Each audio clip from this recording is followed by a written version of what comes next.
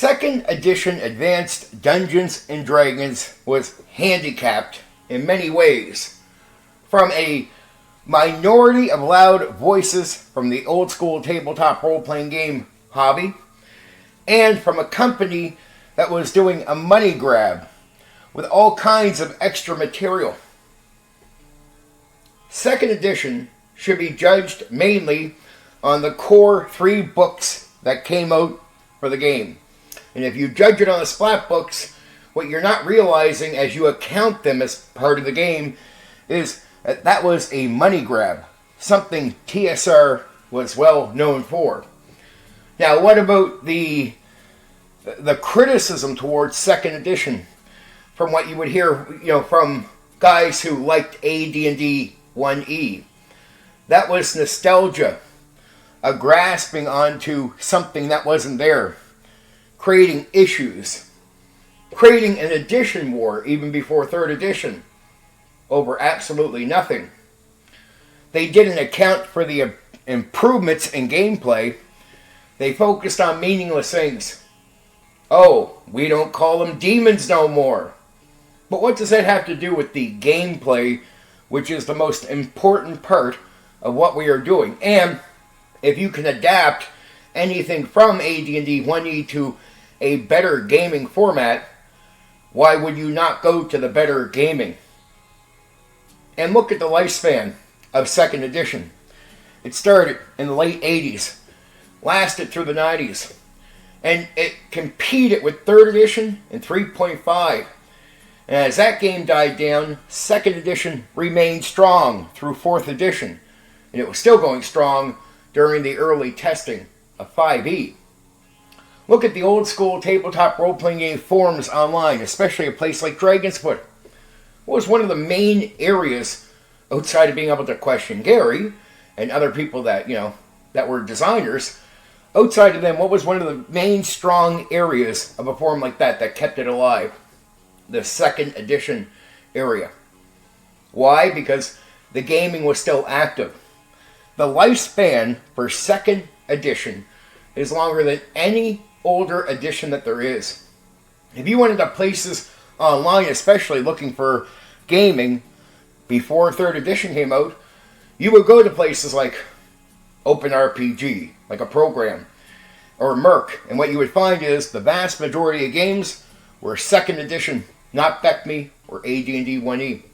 When third edition came out and started on those platforms, second edition either kept up with it or outperformed third edition and even 3.5. It's important, but to me, it's not that important anymore. Oh, I hear old school guys say second edition wasn't old school. They'll even say it's something towards third edition. So I go like, okay, fair enough. Well, then second edition isn't truly OSR.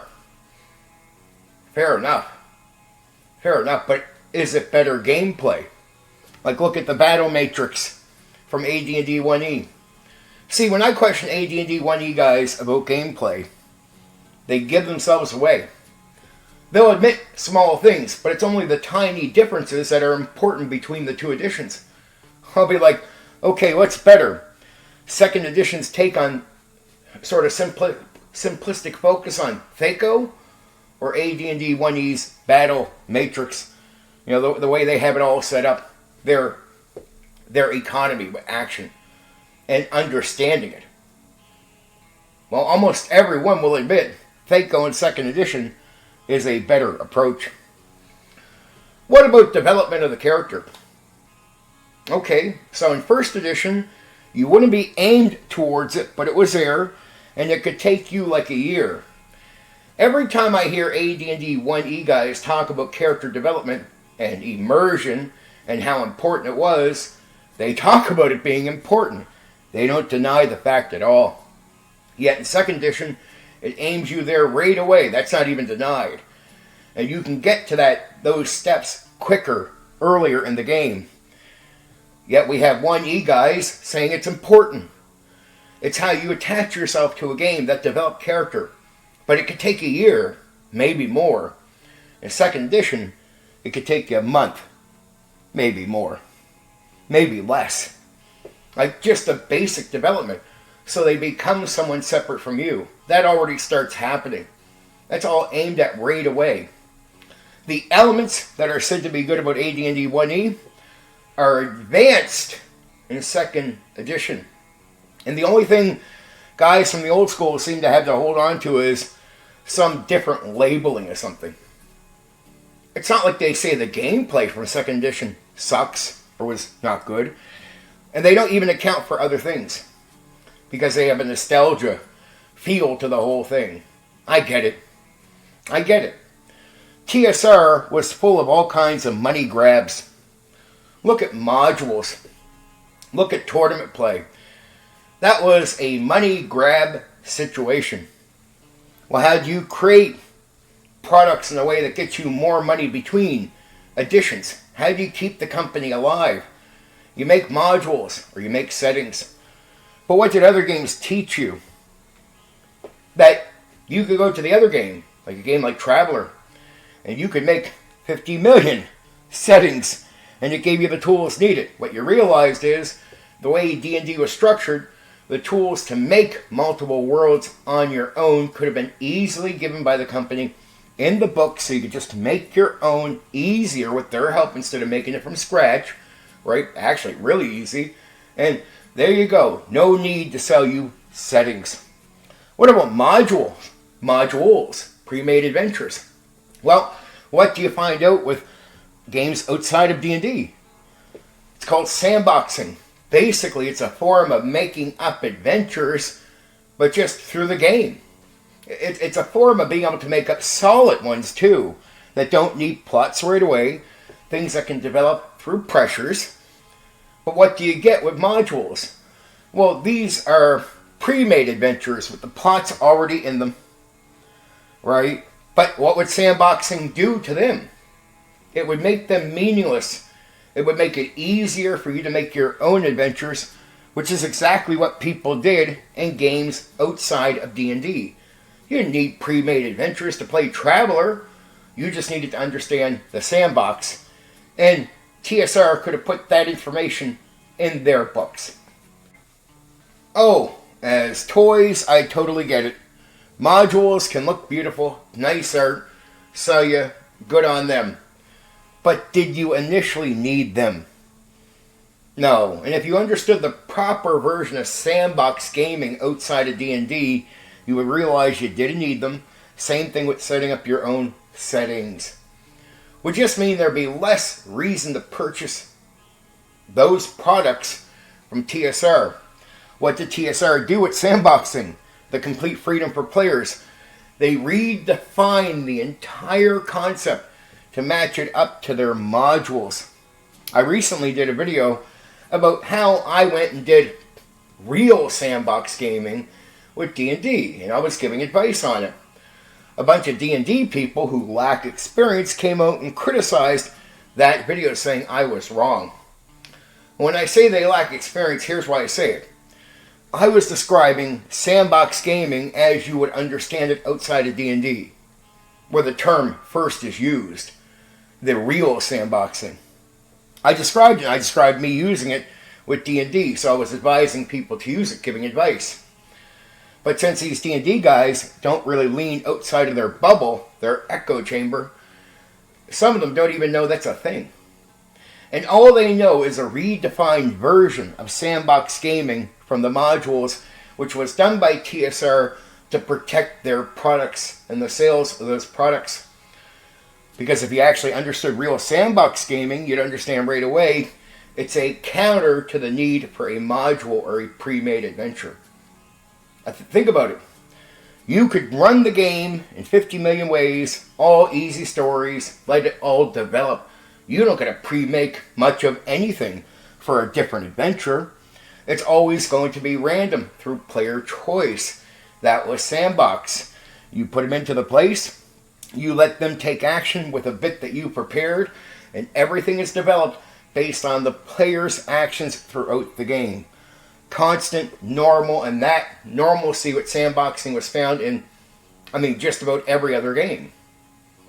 I'm not saying no other game or company didn't do this money grab gimmick, but what you would realize if you did the sandboxing, you could just have as many different adventures as you want, and you never need to buy a module.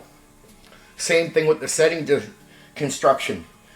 You could easily be given what you need to construct 50 different settings quickly, fast, and easy in any other game, meaning you could get the same thing with Dungeons and Dragons. But that would make the company money. Tournament play was brought out to make money, to bring you to the store, to actively have you play the game and sell the game. This is when they start realizing the modules for the people that would run and sell the game were actually going to be things that players and game masters, dungeon masters, wanted to purchase for their own use at home outside of tournament play. This is when the money grab thing becomes a thing. Again, second edition is harmed by this with what we call splat books. Look, the ideas weren't too bad, but they were just extra. They weren't the core game. When I hear people criticize second edition as if the splat books were part of the core game, I think many of them do it to try to degrade second edition when they're fans of 1E. They'll be fans of 1E and they'll look at the splat books and go, see the problem over there, that's why 1E is better. But I'm like, what if you take away the splat books? Second edition is in gameplay is better. There is no doubt. And the lifespan of second edition really should give you some inkling of how far it went. Think about it. It lasted actively in gaming. And it wasn't just the majority. You would go to places where 90+% of active games were 2E. Not 1E, not Beckme. That just tells you how many people were actively with second edition and not being nostalgic. Nostalgia with 1E just had loud voices, but a minority of people. Second edition people were more satisfied with their gaming, and when you're more satisfied, there's a lot less about the entire thing. That's just how it is. There was no desperation because the gaming was healthy and good and people were happy. Huge difference. Huge difference. Imagine hating a game where you have no good reason to hate it other than, hey, your game to you is the one you like, but not because there's better gameplay. It's just that that's what you played first. Right? Really, to me it was a really dumb reason to have a conflict between the two. But there we were, a created nonsense conflict between the two editions with a small group of people speaking very loudly about 1E. Yeah, but second edition lasts for the 90s, goes through the early 2000s, and out-competes third edition in active gaming. We had more DMs that were second edition. Third edition has some of the similar issues you see with 5E. A hard time holding on to DMs, games flopping. And many of their campaigns were shorter already. That was a new practice that was already coming from WotC, but the flopping of the DMs and the campaigns was very similar to AD&D 1E. AD&D 1E had one issue. Many of the people played the game in the wrong way. They didn't play it in survival. They played to the action. And they go through 5 characters sometimes. They'd make up 5 characters going in. It was a meat grinder, and that style of approach was unappealing, but it wasn't even what the designers wanted. So no wonder the approach looks bad. Maybe if more people seen the real approach the designers expected, where survivability was actually quite good, even from AD&D 1 to 2nd edition, more people probably would have stayed with it or been attracted to the game. But that's not what they've seen. They've seen campaigns collapsing. Character development doesn't happen for like over a year. That was unacceptable. These were some of the most interesting parts and experiences you could have. Imagine playing for 12 months only then to connect with a character and have some of the greatest experiences. When you find out by 2nd edition, you can have that connection within a month. And then you can have all these great experiences going forward early, without waiting. This is why 2nd edition was more appealing. It's why it brought more people to it too. People like these elements. They found you're still playing AD&D, in the sense of its action and dangerous and everything else, but you have some slight other things that make it interesting. Imagine skills. Here's what you'll hear from old school guys, and they don't accept this. Now I got to criticize them. skills were challenging for a DM. Why? It's why they don't like them.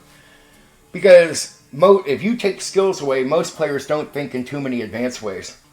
Very simplistic with their approach, and it's a lot easier for you as a DM to deal with that. But if I give a bunch of skills in there, I'm going to give ideas and information to players that they wouldn't otherwise have. Now they're going to challenge me as a DM even more with ideas than they did before. It wasn't that skills sucked. It was skills made the game harder for guys that were more simple in their thinking. That's the truth. Skills don't hurt the game. The lack of skills means most people think in simple terms. And that means it's easier for a DM to run it without being challenged with more advanced ideas. Skills, all they do is lend information and ideas to players in many cases they wouldn't otherwise have. Second edition was appealing to the player in that way. New ideas through skills, creating a personality separate from yourself in like less than a month, and becoming connected to a character. And the lifespan of the game proved it easier to understand. Think go and combat and gameplay. It was an improvement, as much as AD&D 1 you guys don't want to think of it that way. And yeah, it was more commercial and watered down some labels, like no longer calling things demons. Yeah, it made it more neutral. Well, what is honestly bad about that, where you're making it for more people? There's nothing bad about that at all when you really think about it. Again, we go back to the lifespan. Outlasted 3rd edition, outlasted 4th edition, and was even the strongest active game going on when 5e was being tested publicly. 2nd edition lasted for decades. It also did something else, in my opinion. Produced the best dungeon masters the hobby has ever seen, and en masse. Oh, you would see 30% of guys from Beckme, pretty good guys running the game. The other 70%, simple. Couldn't handle skills, would be the guys that complained about the things I said. Things that were unnecessary matter to them, but that's simple thinking. 30% of the AD&D 1E guys, okay, not bad. Same deal. When you get to 3rd edition, more like 15 to 20% because they actively lose DMs so often. 4E, let's ignore it because it really doesn't have any sway. And 5E has even less DMs coming to it now as it collapses. Alright? What about 2nd edition? Well, when it comes to good Dungeon Masters, you're looking at like 80 to 90% of the people it produced. Because they were challenged with skills. And if you were simple in your thinking, 2nd edition would be harder for you to run. So what does that mean? It filters out people that are less good, less capable at running games, and it forces you to be somewhat capable or more capable of running games. That means that 30% in AD&D 1E becomes 80 to 90% in 2nd edition.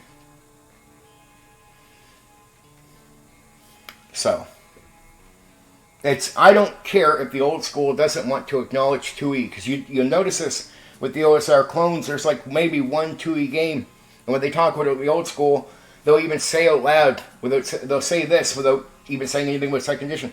Old school is AD&D 1E, Beckme, and original. Well, okay, that means you're just jealous of the success 2nd edition had. And it is old school, it's just AD&D with some changes. You can't really adapt that over properly to 3rd edition. Right? You can adapt it with the other games from the TSR line. Because it is TSR. But hey, it is what it is. And 2nd edition splat books were all throwaway. I liked the ideas. They just weren't core. And nobody who ran 2nd edition treated them like they were core. You would borrow ideas the same way AD&D 1E guys would borrow ideas from the Dungeon magazine. Or Dragon magazine. Whatever you want to call it. Right? Wasn't a thing for 2nd edition people. It was, we had our splat books. You had ideas. You know, most would never use every core rule change. Actually, the core rule changes were always ignored by 99% of guys. Very few would even bother to test them.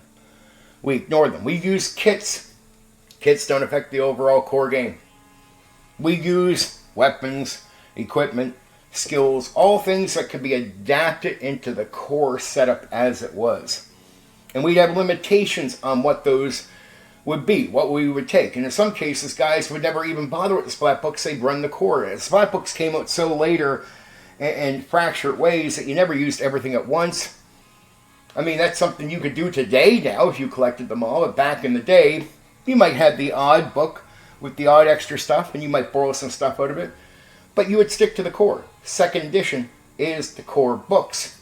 But again, what's an easy way for an AD&D 1E guy to pretend second edition sucks compared to his is to take the splat books, the additional stuff, add them into the core view of the game, and go, look how that screws it up. My game is better.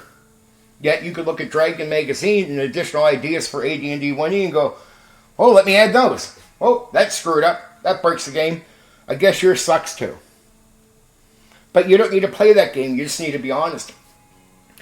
And look at the videos and commentary on second edition compared to AD&D 1E on YouTube. If you search around enough, you'll notice bigger audience, more views. Why? Because the game was played for a longer period of time by more people. Think about the amount of time I just told you. It don't compete at 3rd edition. It don't compete at 4th edition. It stayed through the 90s.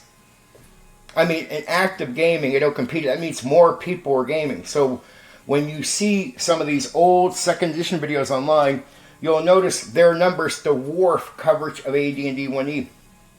That means the OSR market, as far as I'm concerned, missed out on some real money. And the one clone I hear about 2nd edition, almost every 2nd edition that I talk to, I ask them if they've heard about it. They haven't. The game is barely promoted. Barely anybody knows it exists. And why would a 2nd edition guy care? They have theirs, so if you bring us some weak clone, that's it. All the ideas were put towards a game, AD&D 1E and Beck Me, with a small crowd. And then they wonder why a sort of partially WotC version game with some old ideas like Shadowdark comes into the OSR and dwarfs, outright dwarfs, all other games in sales and success.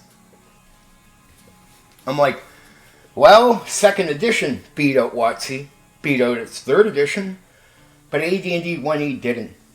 And just like normal, WotC beats AD&D 1E. WotC didn't so easily beat 2nd edition. Now, of course, they own all this stuff at a certain point, but that's not the point. I'm saying when it comes to the editions, 2nd edition, if you think about it, outside of sales, but just in activity, beats 3rd edition and 3.5. Beats 4th edition. And is still the most active D&D game by the time they start testing 5e. And what did you hear about 5e? Were they talking about repeating just 4th? No, there were some 4th ideas. Just 3rd? Mm-mm. What was the sale? See, a lot of people forget about 5e early on. They said they're leaning back, and they talked about 2nd edition, not 1e, not Beck Me. The company talked about leaning back to 2nd edition and looking at some ideas there. Why would they be doing that?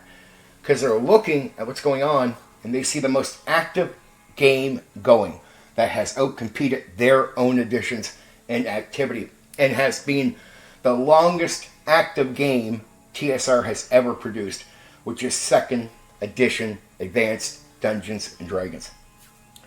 So, if you want to try an edition that is unique or special from the old school, that isn't counted as old school by many, but one that's outcompeted even the WotC editions that you see now today.